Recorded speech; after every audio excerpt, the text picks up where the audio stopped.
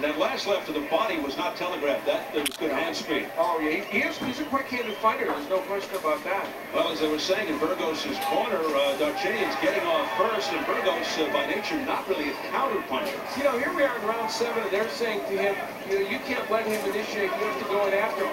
We sat at the fighter meeting yesterday, and I was horrified when I heard him say, I want to box and stand the outside and counter-punch. A guy was 4 inches taller and has reach. Now they're telling me going after him. It's a little late. That may have been a signal that Burgos was very leery of Darchinyan's power, don't you think? I think you're right, but he's safer on the inside, but he has the outside for that power. And you'd think they'd get that. He's being too cautious, and he's chosen the wrong strategy. Yeah, totally. And it's interesting. And at least he's staying as a righty now, Burgos, where he can maybe land that hook, and everybody's seeing the fight big for Darchinyan among the first row scorers. No surprises here. I've got a 59-54, so I'm pretty much with them.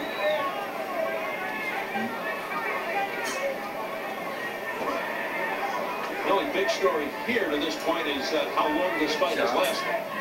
Yes, I agree, because Burgos has taken some big shots, and now Darchinyan has used the uppercut effectively. That is now the punch he thinks will end this fight, and it might.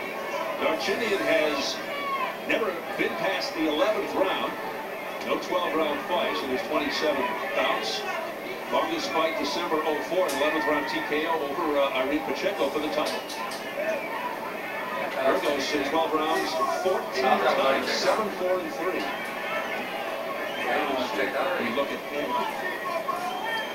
Burgos is 2-2 against lefties. Had a recent victory over one, but not a lefty like Vic Darchinyan.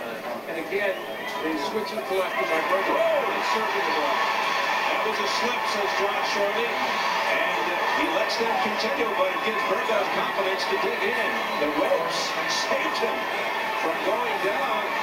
Some might say that was questionable, that it could have been scored or not. That Darchinyan has never been down. And Darchinyan just landed 2 monstrous punches for Burgos. I believe that was the result of a punch out. It may have been, Steve, and you can make the case that they're going against the ropes. You can call it a left hook, a big left hand. What a retaliatory left hand by Darchinyan from way out. Yeah, It connected. I think that made him mad. Just guessing. Yeah, that was what you would label a wake-up call. It angered Darchinyan. He said, how dare you? Yeah, how about Burgos accepting those left hands and not going down here? He's been able some monster punches last minute. Darchinyan went down 3 times going into this fight, and at the bell, Darchinyan lands with a left to the jaw.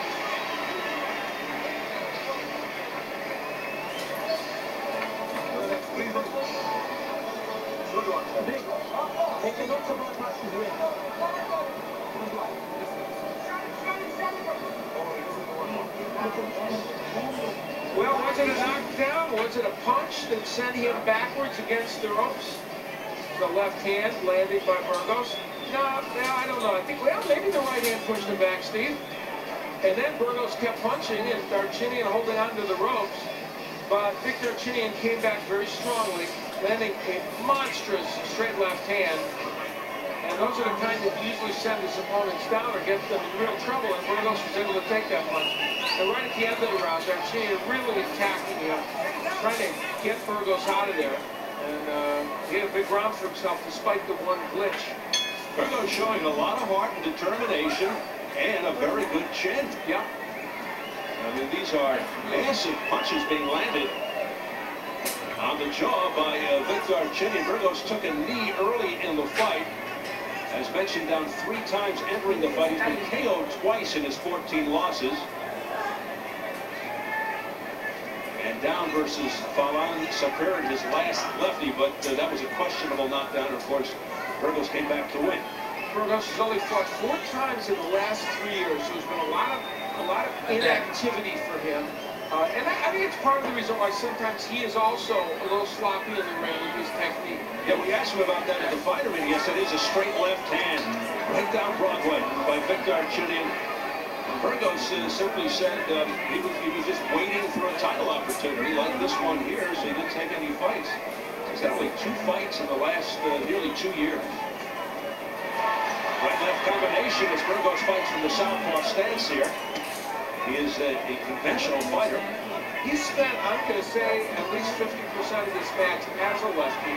Sometimes that works well against left-handers, but in this instance, I believe it has taken away what could have been his best weapon, which is the left hook. Yeah, it takes away his power. Yeah. And the thing is, against Sakura, the last lefty, the guy from Thailand, when he knocked Sakura down 2 times, he was a righty when he did it. And cranking up those hooks from the inside. It's his best chance in this fight, and he has completely taken it away from himself.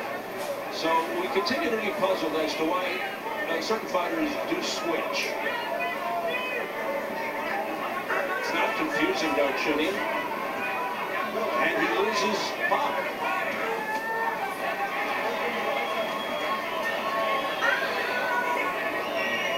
In some cases, accuracy as well. As we come up on the final minute of round 8.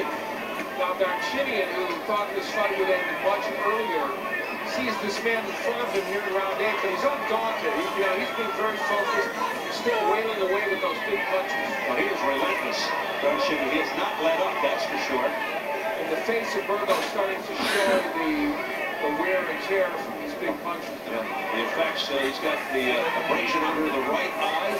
He's got a welt over his left eye. But he's game. He's inside. Winging away.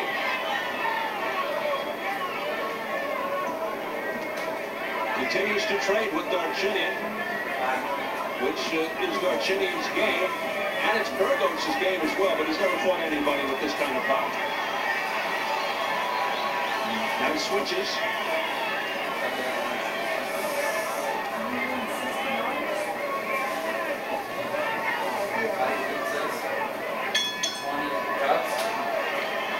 And 400 tokens. Beautiful setting here in Carson, California, about 13 miles from